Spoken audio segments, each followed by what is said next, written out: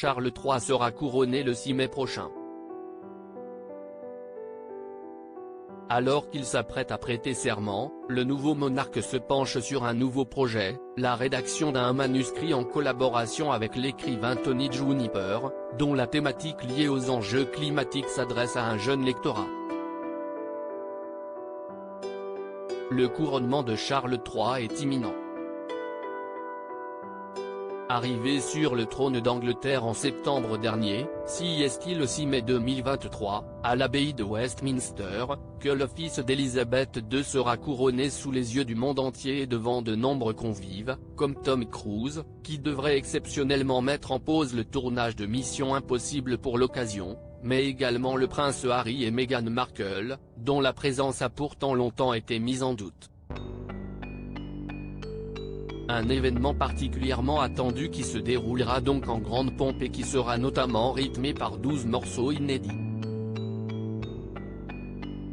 Si le nouveau monarque s'apprête à briser le protocole pour cette cérémonie historique, il pourrait bel et bien incarner l'image d'un souverain plutôt engagé et concerné par les problématiques contemporaines.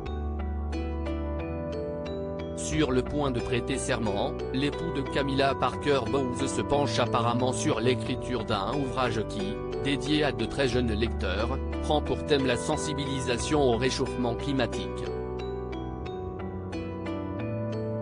Un ouvrage engagé CIST avec le naturaliste britannique et écrivain Tony Juniper, que le souverain co-signe ce manuscrit, dont la parution est prévue pour début mars, selon les informations rapportées par France Info.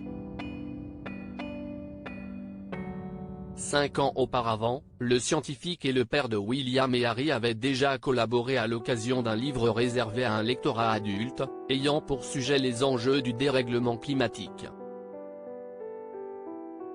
Cette fois-ci, CIST aux 7-11 ans qu'il s'adresse. Auprès de ces jeunes lecteurs, il développe alors les mécanismes du climat, l'effet de serre, le rôle des océans, des forêts, ainsi que l'impact des activités humaines afin de mettre les faits à la portée des plus jeunes, c'est-à-dire de celles et ceux qui ont le plus à gagner à ce qu'on trouve des solutions, telles que l'explique Tony Juniper à la BBC.